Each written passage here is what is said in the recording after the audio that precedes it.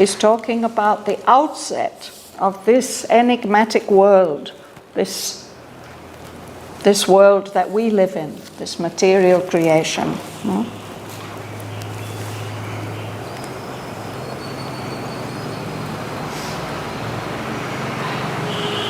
I think I'll read from the break.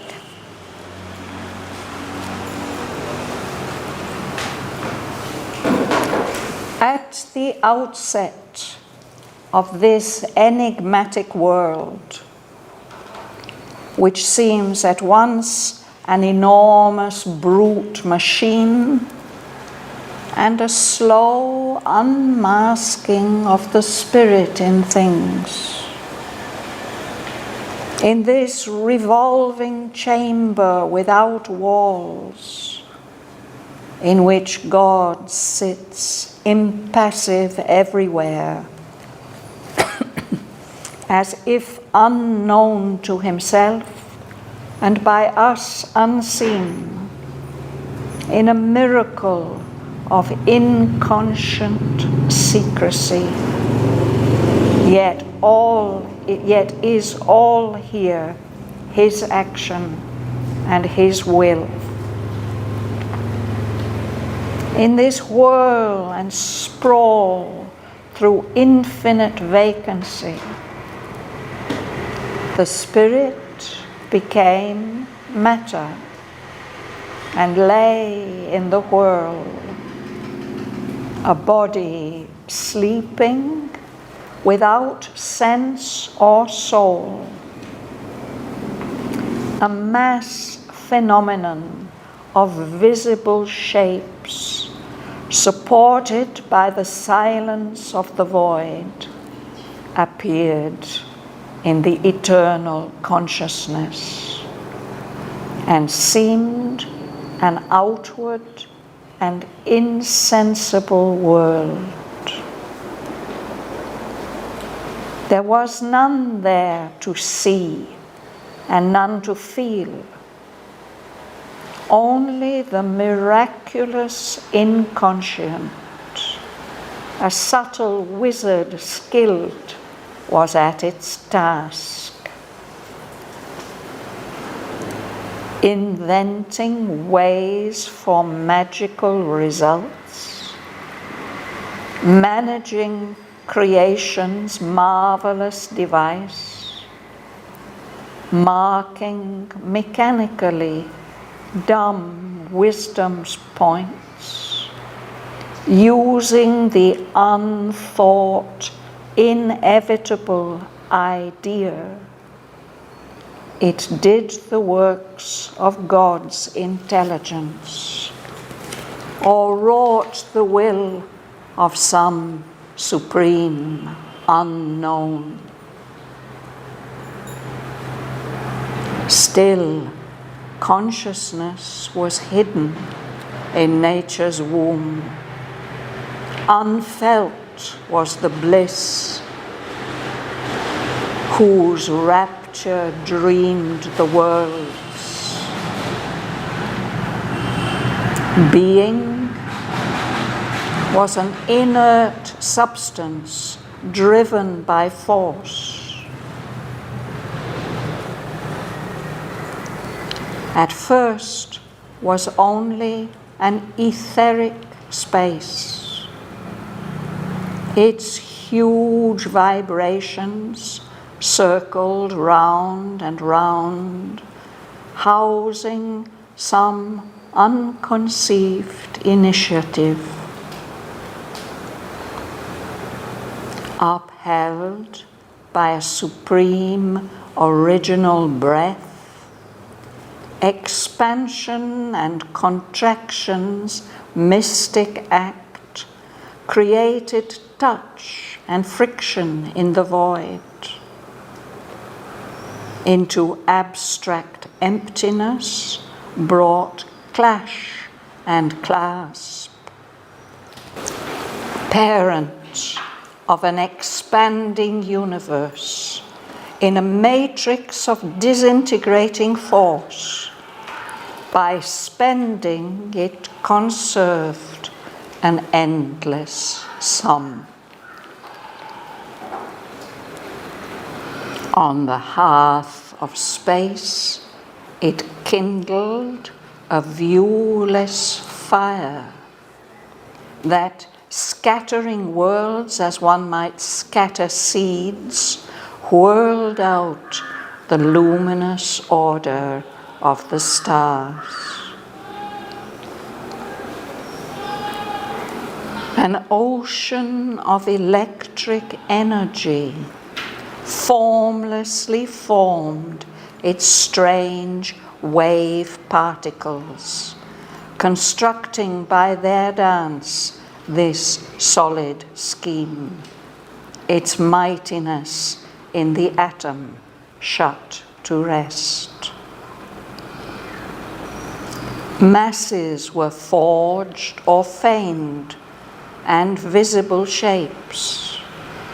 Light flung the photon's swift revealing spark and showed in the minuteness of its flash imaged this cosmos of apparent things.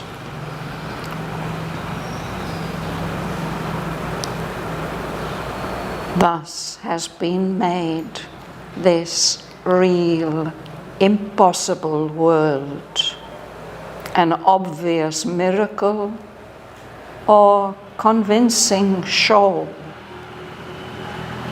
Or so it seems to man's audacious mind, who sees his thought as the arbiter of truth, his personal vision as impersonal fact, as witnesses of an objective world, his erring sense and his instrument's artifice. Thus must he work life's tangible riddle out in a doubtful light, by error seize on truth, and slowly part the visage and the veil. Or else, forlorn of faith in mind and sense, his knowledge a bright body of ignorance, he sees in all things strangely fashioned here the unwelcome jest of a deceiving force, a parable of Maya and her might.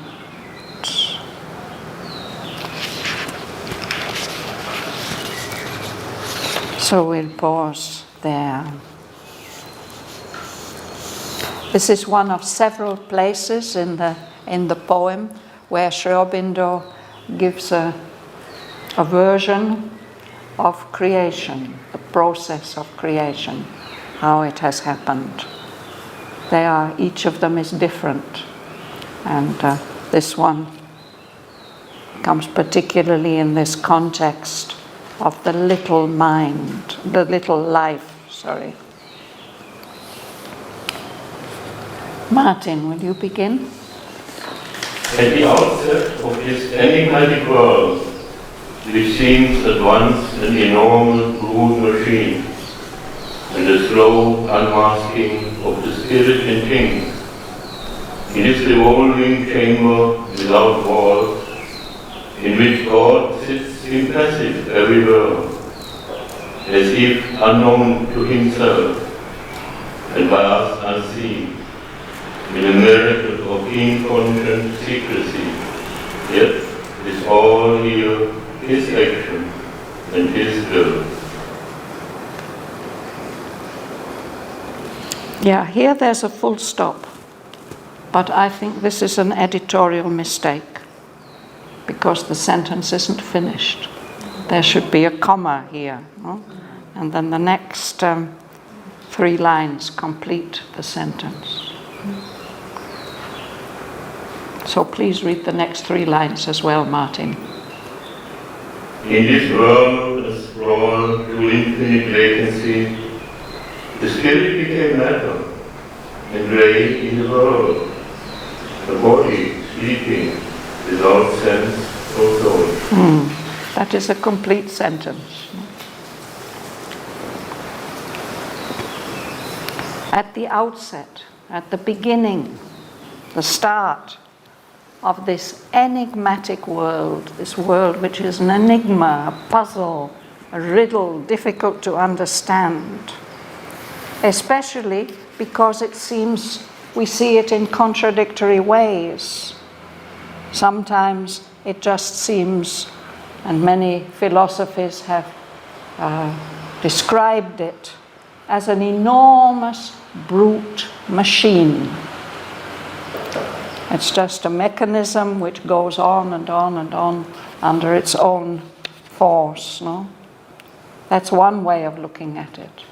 But another way of looking at it is of a slow unmasking of the spirit in things. We can think of evolution like this, that the evolving process of appearance of more and more complicated, complex forms that are more conscious. All this is as if the spirit is slowly removing its mask and revealing itself to us. No? And then Sri Aurobindo describes it as a revolving chamber without walls, as if the whole universe is a vast room in which we can move around, and it is moving around. It's always revolving, cycling, whirling, but there are no walls, there are no closures to it. And here God is sitting within this chamber, this revolving chamber.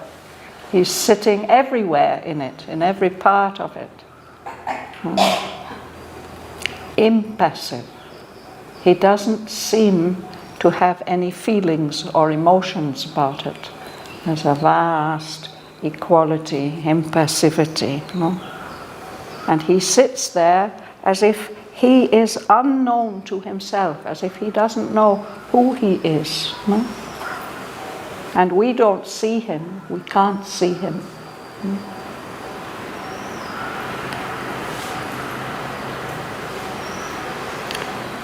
His existence seems to be, or his existence in the material universe seems to be a miracle of inconscient secrecy.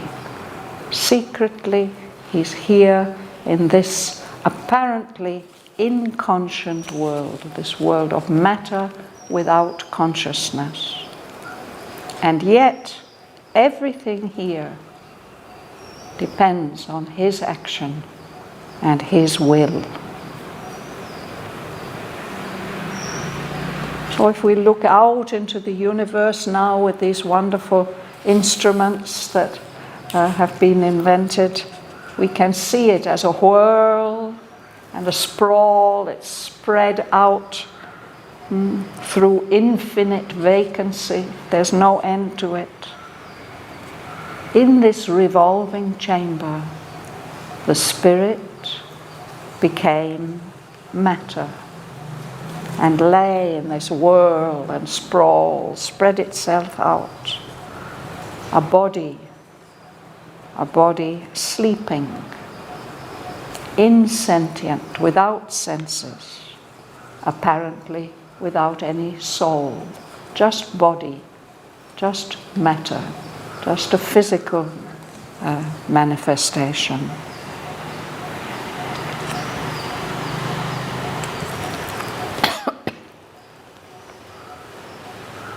Sudarshan. A mass phenomenon of visible shape, supported by the silence of the void, appeared in the eternal consciousness, unseen, an outward and insensible world. There was none there to see and none to feel, only the miraculous inconscient. subtle wizard still was at his task, inventing ways for magical results, managing creation's marvelous devices, marking mechanically down wisdom point, using the untaught, inevitable idea.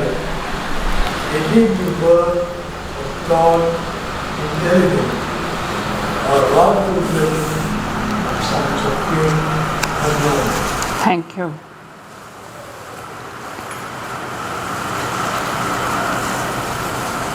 So this physical universe seems to be full of visible shapes, bigger or smaller.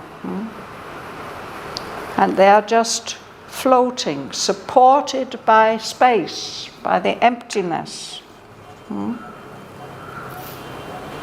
He says this manifestation appeared in the eternal consciousness. The eternal consciousness must have been aware of this appearance, of this appearance that seems an outward and insensible world, a world without senses, purely physical, with no living senses. So in that condition, at the outset of this world, there was no conscious being to see, none to feel. What was there? This miraculous inconscient,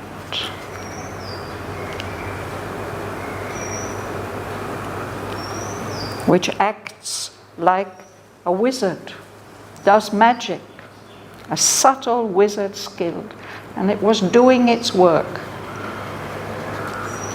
Matter was doing its work, organizing itself into first very, very primitive particles, and then more complex ones, and finally even forming stars that are visible. This all seems to have gone on without any apparently conscious intent. The inconscient was doing all this, managing, organizing this marvelous dance of tiny little particles which the creation consists of. Mechanically, without consciousness, marking certain important, essential points that have been indicated by a dumb wisdom without any words or intention. It's making use of the unthought, inevitable idea. There must have been a conception, an idea of some kind, but it was not a thought idea. It has an inevitability about it, this idea. It's self-fulfilling. So all this apparently unconscious matter does the works of God's intelligence. That's one way that we can look at it. Or if we don't want to say it like that, we can say that it's carrying out the will of some supreme unknown, some unknown being or power. Maybe not only unknown, but also unknowable. Phenomena. Still consciousness was hidden in nature's home, and felt was the bliss whose virtue dreamed the worlds. Being was an inner substance driven by force, at first was only an etheric space. Space. Its huge vibrations circle round and round, causing some unconceived initiative upheld by a supreme original being, expansions and contractions, mystic acts, created touch and friction in the void, into abstract emptiness brought clash and clasp, parent of an expanding universe in a matrix of disintegrating force by spending it conserved an endless sun. Yes. So only the inconscient was at its work. Consciousness was still hidden in the womb of nature. Nature, evolution hasn't given rise to consciousness yet in the physical world. And there's no beings with senses to feel and enjoy the bliss whose rapture dreamed the worlds into existence. Being was an inert substance driven by force. In the Indian view, these are the three fundamentals in reverse order. First, there's existence, being. In this case, being seems to be inert substance that can't move, but it is driven by physical energy, by physical force. Consciousness is still hidden. That's the second thing. Existence, consciousness, and bliss. Here, there's no conscious beings to feel that bliss. And yet, nevertheless, if the bliss hadn't been there, this world could never have been dreamed into existence. And then he gives the steps. Again, this is a kind of traditional description of the steps. Okay, first ether.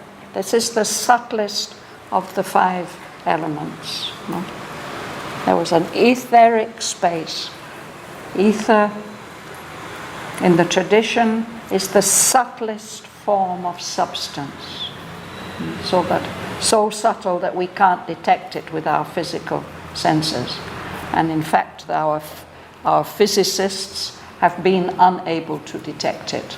And they've declared that it doesn't exist, in fact, that there's no such thing as this element which is called the ether. But Sri Aurobindo refers to it again and again throughout the poem. So this ether, which is vibrating. Some versions say that it starts vibrating because there's a sound. The vibrations start and go on. So these huge vibrations are circling round and round. And they are containing within themselves an initiative, a will of some kind. But this is an unconceived initiative. It's not a mental intention. So there's a kind of breath. I think this is the second element, the air or the prana, which breathes in and out. So the universe also seems to expand and contract. Yeah. And this movement, this vibration of expansion and contraction, it leads to friction. Clash and then clasp. First the friction, then the embrace. These are Sri Aurobindo's words, but if in the poet Homer, the ancient Greek poet Homer, and some of the people who have followed him, ancient Greek thinkers, they've given a description which is very like this, of how first there's just a sea, an ocean of darkness. And then in it, a breath. And the breath creates friction and clasp, even love. It's the beginning of eros, it's the beginning of gravitational attraction, all this.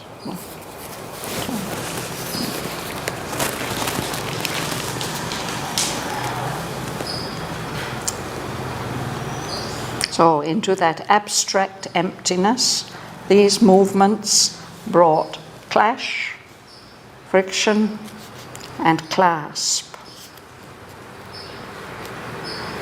And this whole movement, this breath, these vibrations, give birth to an expanding universe that is held, contained within a matrix, a womb of disintegrating force. This is the modern explanation that all this is actually disintegrating, that everything comes into existence through disintegration, entropy. That's how our modern physicists describe this whole process. But this, in this matrix, he says, by spreading or using up energy, still it manages to conserve an endless sum. Matter can neither be created nor destroyed. It doesn't become more or less. Of course, later on he says this is the way that human beings are thinking about it. But perhaps there is some kind of symbolic truth in the way that we also think about this. Dana. Oh, it's Bhuvana's turn, sorry, yes. From the earth of space it kindled a wingless fire that, scattering worlds as on my scattered seas, whirled out the luminous order of the stars. An ocean of electric energy, formlessly formed, its strange wave particles, constructing by the dance this solid scheme, its mightiness in the atom shut to rest, masses were forged or painted and visible shapes. Light flung the photons swift radiating spark and showed in the minuteness of its flash, imaged this cosmos of apparent things. Yes. So after ether and air, there is fire. And with fire comes, although he says the first form of fire was invisible, viewless. Fire, energy, heat perhaps. That vibration created this invisible fire on the hearth of space in the emptiness. And that fire, that invisible fire, scattered worlds as one might scatter seeds. So the stars come into existence. And we are told that it's in the stars, in the viewless fire or that fire that eventually becomes visible, that all the elements of matter are created in succession from the simplest to the most complex. So this has whirled out that luminous order of the stars. Light comes. There's this, the whole universe becomes an ocean of electric energy with all the atoms and subatomic particles and everything in it. We don't know what form they have, but they formed, and what appear to us as waves, particles, particle waves, wave particles, we don't know which they are, but somehow by their dance they build up for us this solid scheme, this scheme which we perceive as solid matter. No? The greatness of that force, that incredible ocean of electric energy, is enclosed in the atom. Shraddhavan? Yes? An ocean of electric energy is Agni in the seven river. I read in Secret of the Vedas to express Agni in the light, seven sisters. Yes, certainly. Agni is the fire, and so it also gives rise to light and power and atomic energy and all these things. No? It's a very interesting talk with Sri Aurobindo of Pavitra, Conversations with Sri Aurobindo, where he speaks about the three types of fire. You can have a look for that. Yeah, you must have that. Yeah. So in this way, masses of all kinds were forged, were created, or maybe only pretended, feigned, presented as an illusion. Visible shapes, and light appears. Nowadays, the physicists tell us that light exists because of minute particles of light, photons.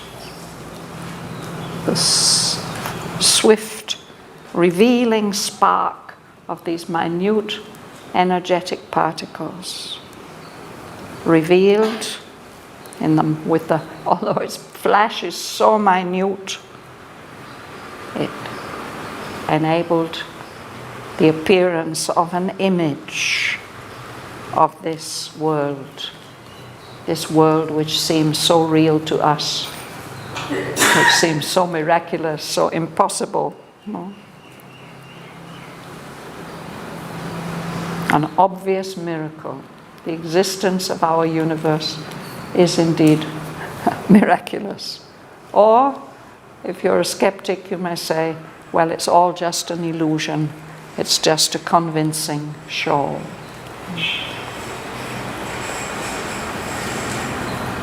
These are ways in which man's audacious mind tries to understand the universe. Dana.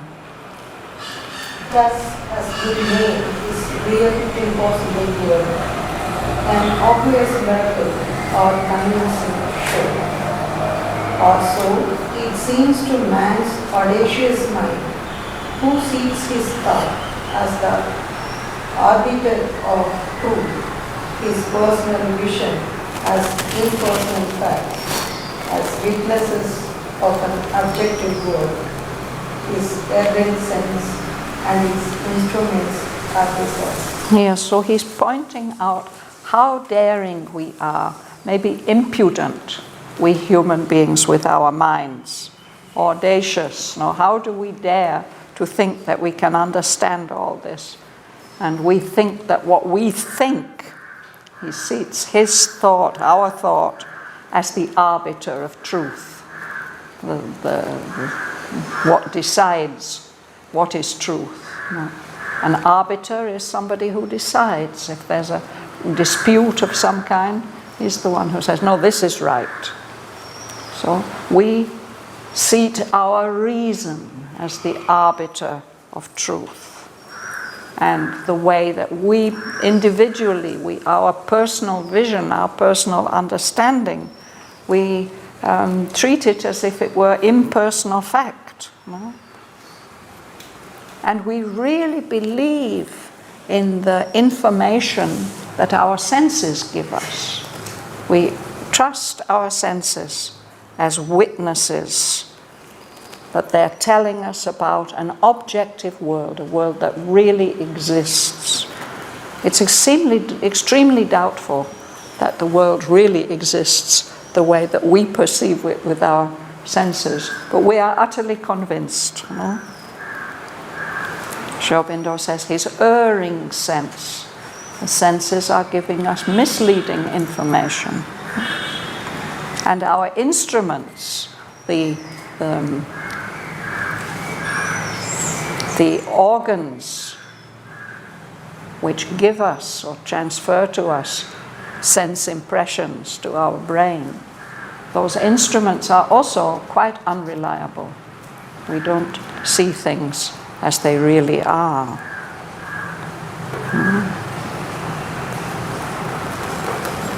Sarojini. Thus, most is what light transient revealed out in a doubtful light by error says unto and soon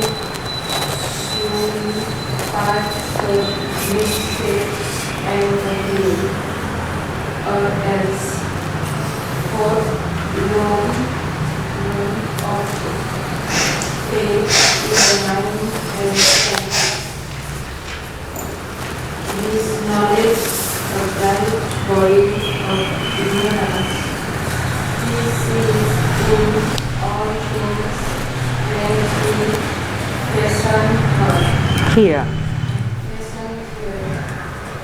The unwelcome just of a disciplined force,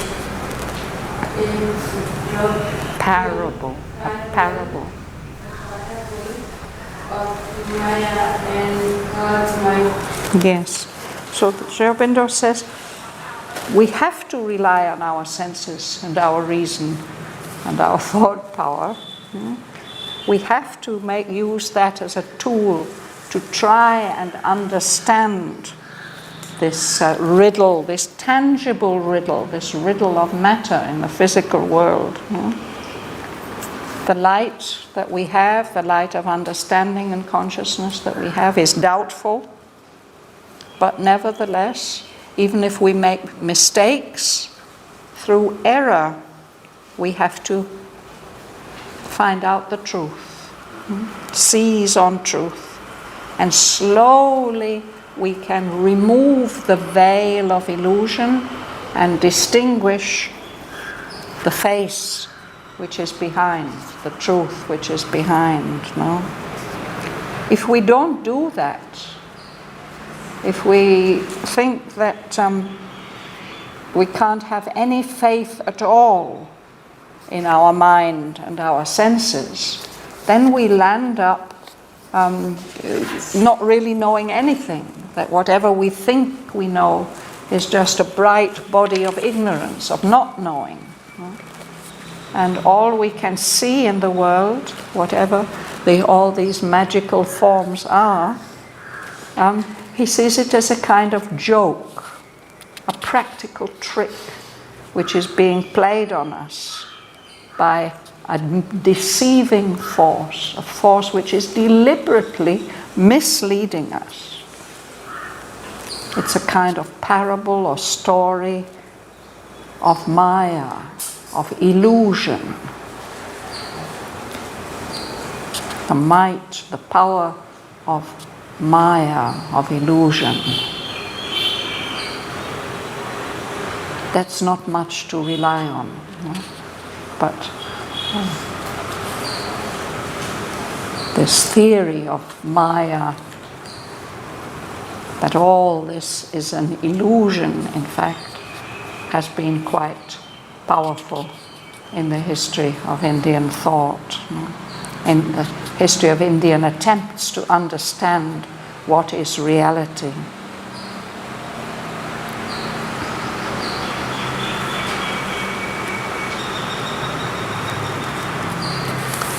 I think that's a good place for us to stop today. Meaning artifice. Sorry? Meaning of artifice. Artifice. Artifice is something that makes things that are artificial. And forlorn. Forlorn. We're lost. Lost. If you're forlorn, lost, you don't have any faith. You don't in mind and sense. So you're lost. What are you going to trust in?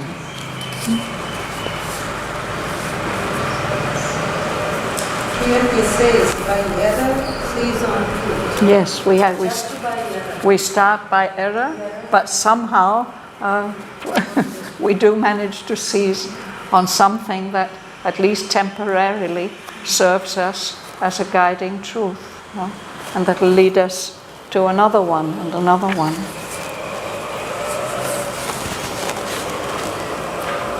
This is the mind of the error of the mind, or? Yeah, it's the general inadequacy of human consciousness. And yet we have to. That's our role at this stage in evolution, that we have to use whatever means are available to us at present. But we shouldn't delude ourselves that this is a definitive explanation. It sounds quite convincing. It corresponds to some of the statements that are made to us by our physicists and cosmologists and so on. But it may be only a way of looking at it. Shraddhavan, on page 115, parent of an expanding universe. Yes. Please, It is this, it's only one parent, no? It's this expansion and contractions mystic act. So there's a process of expanding and contracting. That is the parent which gives rise to touch and friction in the void.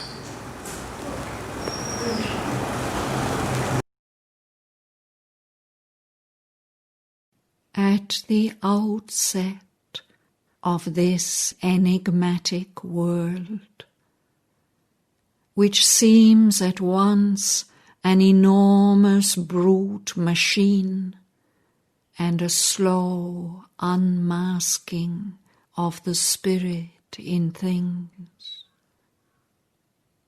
In this revolving chamber without walls, in which God sits impassive everywhere, as if unknown to himself and by us unseen, in a miracle of inconscient secrecy. Yet is all here his action and his will. In this whirl and sprawl through infinite vacancy, the spirit became matter and lay in the whirl, a body sleeping without sense or soul, a mass phenomenon of visible shapes, supported by the silence of the void, appeared in the eternal consciousness, and seemed an outward and insensible world. There was none there to see and none to feel,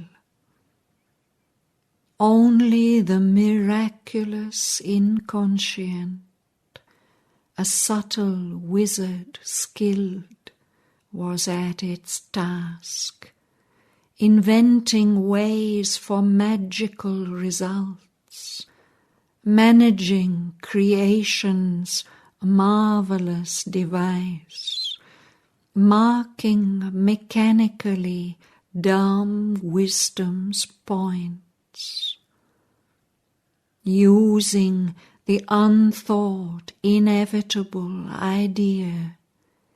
It did the works of God's intelligence, or wrought the will of some supreme unknown.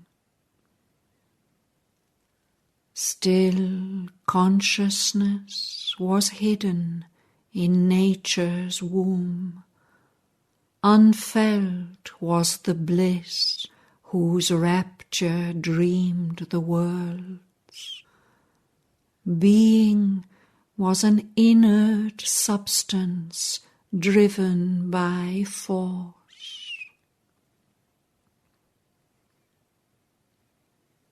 At first was only an etheric space. Its huge vibrations circled round and round, housing some unconceived initiative. Upheld by a supreme original breath, expansion and contraction's mystic act created touch and friction in the void.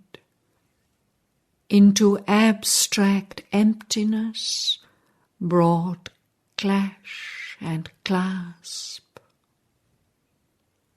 Parent of an expanding universe in a matrix of disintegrating force, by spending it conserved an endless sum. On the hearth of space it kindled a viewless fire, that, scattering worlds as one might scatter seeds, whirled out the luminous order of the stars. An ocean of electric energy formlessly formed its strange wave particles, constructing by their dance this solid scheme. Its mightiness in the atom shut to rest. Masses were forged or feigned, and visible shapes. Light flung the photon's swift revealing spark, and showed in the minuteness of its flash imaged this cosmos of apparent things. Thus has been made this real, impossible world, an obvious miracle or convincing show. Or so it seems to man's audacious mind, who seats his thought as the arbiter of truth, his personal vision as impersonal fact. as witnesses of an objective world, his erring sense and his instruments' artifice. Thus must he work life's tangible riddle out in a doubtful light, by error seize on truth, and slowly part the visage and the veil. Or else, forlorn of faith in mind and sense, his knowledge a bright body of ignorance, he sees in all things strangely fashioned here the unwelcome jest of a deceiving force, a parable of Maya and her might.